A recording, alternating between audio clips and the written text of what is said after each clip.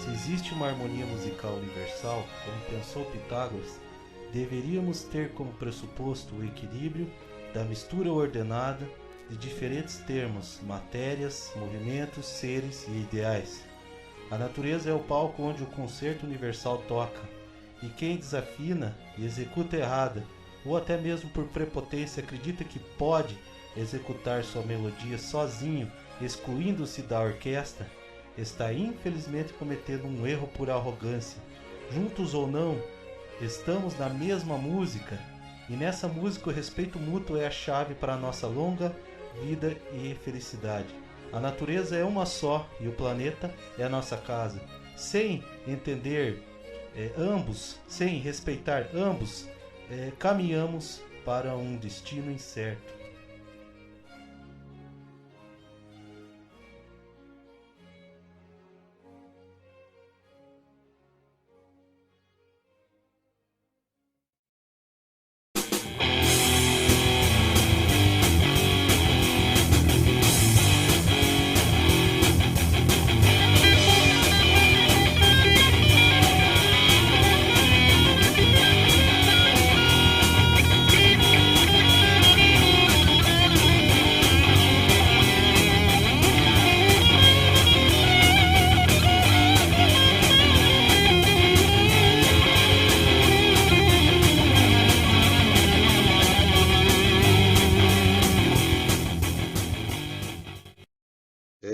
Então assim, a gente vai começar, eu coloquei exemplos aí de 4 elementos. Eu vou estar discutindo justamente sobre esses 4 elementos aí na perspectiva de 4 pensadores que a gente situa eles dentro do período conhecido como período pré-socrático.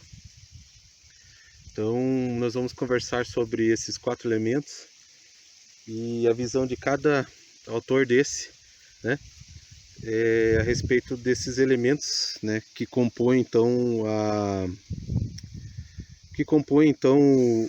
a explicação deles a respeito do surgimento de todas as coisas. Eles tentaram dar uma explicação com base nesses 4 elementos, e depois outros vão estar discutindo também por outras perspectivas, mas aí surge aquela teoria dos 4 elementos, né?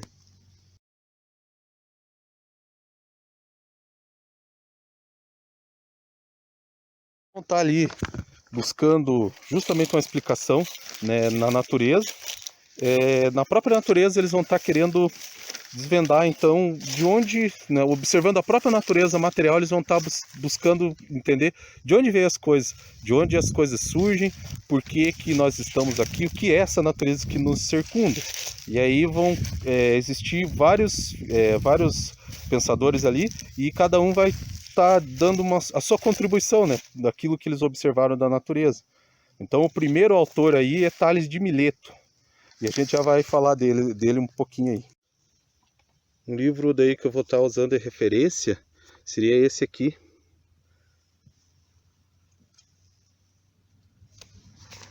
Então o primeiro conceito aqui eu coloquei no grego, é o que o pessoal chama de arché, ou arri, ou arqui, seria o que aparece no livro didático como arché.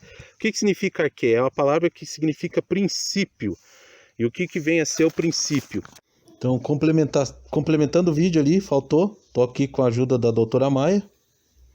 Princípio, então, eu entendo como se fosse um ponto de partida, aonde algo vai se desenrolando a partir desse ponto de partida. Então, nós temos um ponto de partida e as coisas vão se desenrolando a partir desse ponto. Esse é o conceito de physis, que vem a significar, então, a natureza, né? A natureza no sentido de natureza física, material. Então, por isso que esses primeiros filósofos eles são chamados de físicos também, né? Eles são os primeiros filósofos, é dito pela tradição filosófica, mas eles também são chamados de físicos. Por quê? Porque eles estavam buscando na natureza física explicações para o surgimento do universo, né? Através da própria natureza física.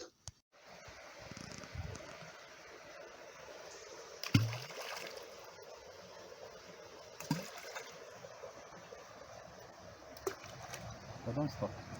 Então a gente está aqui num lugar próximo ao campestre, em Contendo. E aí eu achei esse espaço aqui onde tem uma concentração de água, fizeram uma pequena represa lá. E aí aqui a gente tem um exemplo aí da água, né? A água é um elemento muito importante, né? Se discute até hoje. A ciência ela está buscando planetas que tenham esse elemento nessa concentração, ou pelo menos em formato de gelo, para que a gente possa ter talvez um outro espaço onde seja propícia a vida, porque sem esse elemento a vida, como a gente conhece até então, as formas de vida, como a gente conhece até então, sem esse elemento água, a gente não tem então probabilidade da vida prosperar num espaço onde não exista, né, num lugar onde não existe esse elemento aí, ó. Então vejam quanto a água é uma coisa importante. Nós, seres humanos, precisamos de água, né? Para fazer muitas das funções que o nosso corpo necessita, ele necessita desse elemento. Ele é muito importante para a vida.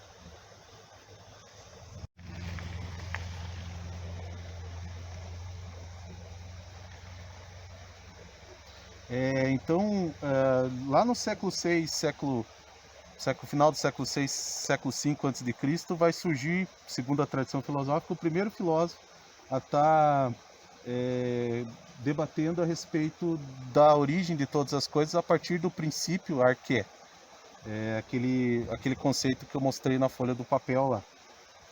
O primeiro, então, filósofo da tradição filosófica que vai estar discutindo isso, o nome dele é Tales de Mileto.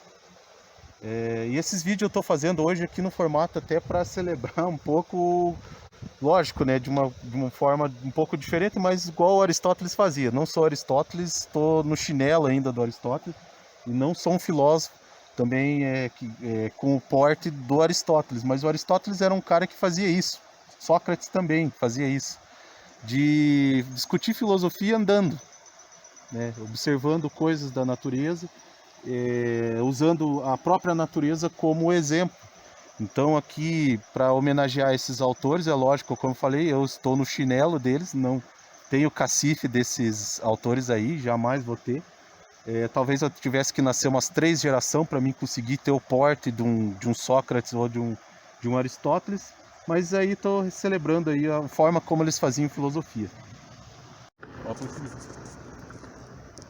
Então, Tales de Mileto foi o primeiro autor aí a buscar uma explicação para a origem de todas as coisas, para a arqué, né, para o princípio de todas as coisas, para o ponto de partida de todas as coisas, a partir do que? De elementos físicos. Aquela palavra physis lá que foi colocada também no papel, né, elementos que constam na natureza. Então, ao invés deles estarem buscando explicações religiosas como Hesíodo e Homero, eles vão ser autores que vão estar buscando em elementos materiais. Então, Tales, ele vai estar dizendo que é justamente esse elemento, né, que a gente está aqui agora vendo nesse córrego, né, esse elemento que a gente chama de elemento água, seria esse o princípio, seria esse a causa e a origem de todas as coisas no universo. Alguns autores depois, inclusive o próprio aluno do Tales vai estar criticando ele. O aluno do Tales era um cidadão chamado Anaximandro de Mileto, né? Eles estão falando de Tales de Mileto. Então, o Anaximandro de Mileto vai ser o aluno do Tales e depois vai estar criticando o Tales, dizendo que não pode ser esse elemento aqui a origem de todas as coisas, porque aqui a lógica é justamente essa.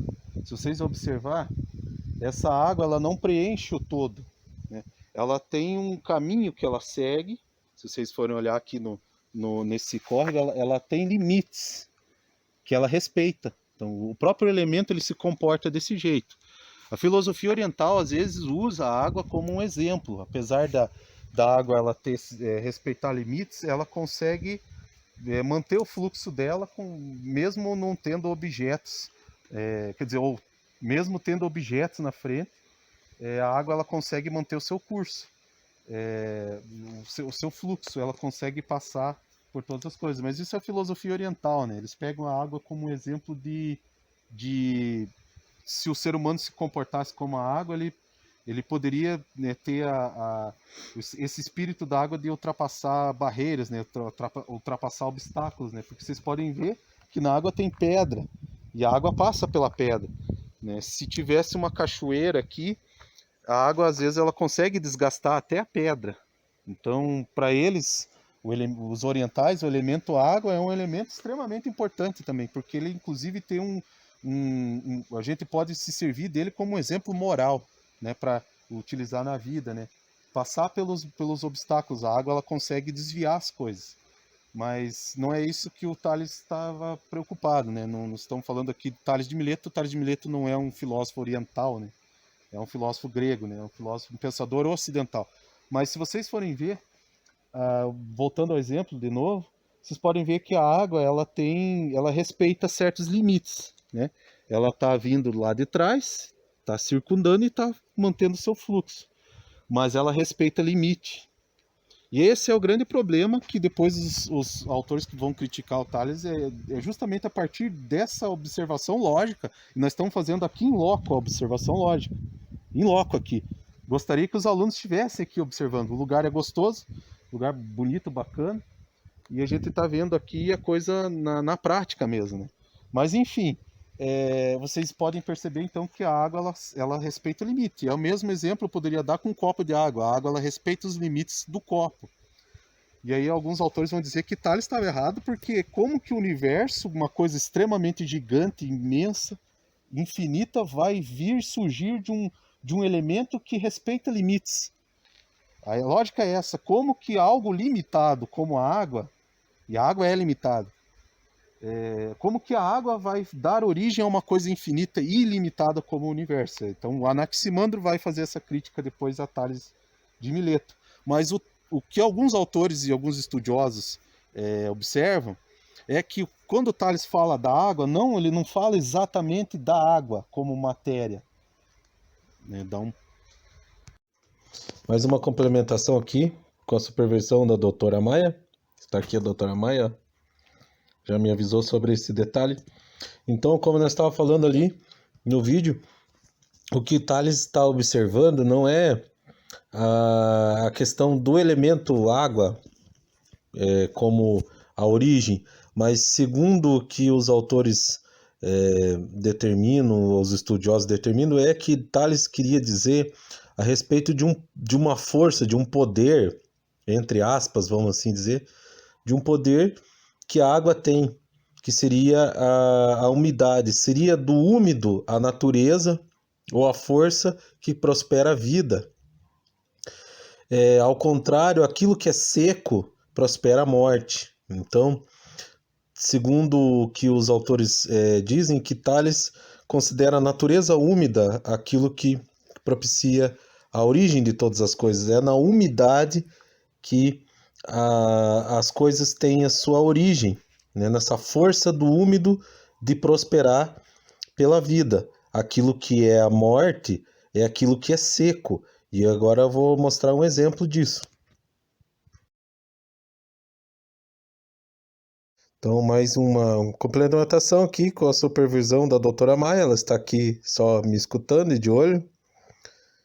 Daí, quando ela percebe que eu cometo um erro, e eu sempre cometo os meus erros, ela me dá uma mordida. Aí eu já corrijo aqui, ó. Sempre quando eu erro, ela me dá uma mordida. Daí eu já sei que eu estou errado. Então, com referência ali àquela imagem, aquilo ali é o cemitério lá de Rio Negro. Ali está enterrado os meus bisavós ali, aquele é o túmulo dos meus bisavós. Já faleceram aí faz um bom tempo. E então o cemitério tem história, né? E aquilo é um túmulo histórico até, porque é um dos túmulos mais antigos, um dos, né? Tem túmulos mais antigos lá em Rio Negro, inclusive de um tataravô meu, que faleceu no início do século XX. Então é uma coisa bem antiga. E as pessoas, o que é a morte então? A morte, ela segundo Tales de Mileto, a morte é o que é a natureza seca, né? Quando uma pessoa morre e ela entra no processo de decomposição, o corpo dela vai secando aos poucos, né? Vai se diluindo, vai secando, até chegar ao processo de esqueletização, que daí os ossos ficam expostos, né? Então é o processo da secagem total de um corpo humano. Então, para Tales, a vida é o quê? A vida é a umidade, né? É aquilo que é úmido, que possui água, e a morte é aquilo que é seco,